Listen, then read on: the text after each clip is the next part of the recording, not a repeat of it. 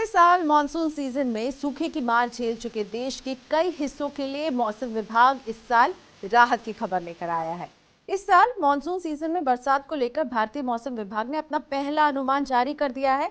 मौसम विभाग ने कहा है कि जून से सितंबर के दौरान देश भर में सामान्य बरसात की संभावना है। हालांकि मौसम विभाग के आंकड़ों को देखें तो अधिकतर संभावना सामान्य से ज्यादा बरसात की ही लग रही है।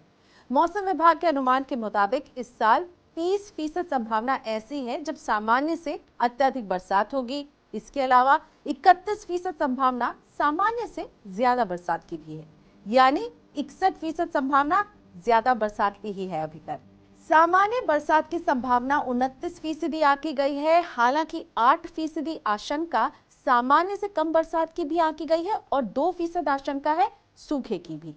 खासकर पूर्वी और पूर्वोत्तर भारत में बरसात की कमी रह सकती है। मौसम विभाग ने यह भी कहा है कि मानसून को लेकर उनके इस पहले अनुमान में 5% की ऊंच नीच देखी जा सकती है।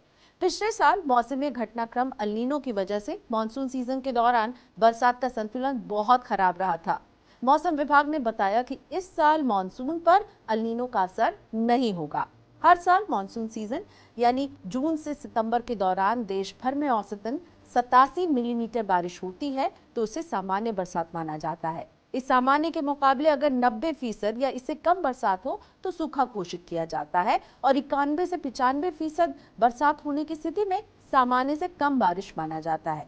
वहीं बरसात का आंकड़ा अगर 96% से 104% के ऊपर हो तो ही उसे सामान्य बरसात कहा जाता है। इसी तरह 105% से 110% बरसात होने की स्थिति में सामान्य से ज्यादा और 110% से ज्यादा बरसात होने की स्थिति में अत्यधिक बरसात माना जाता है।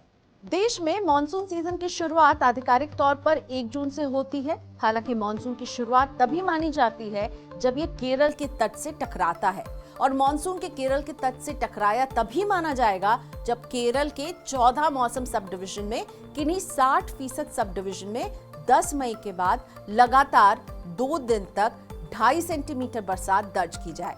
इसके अलावा मानसून को घोषित करने में हवा की गति को भी आधार माना जाता है।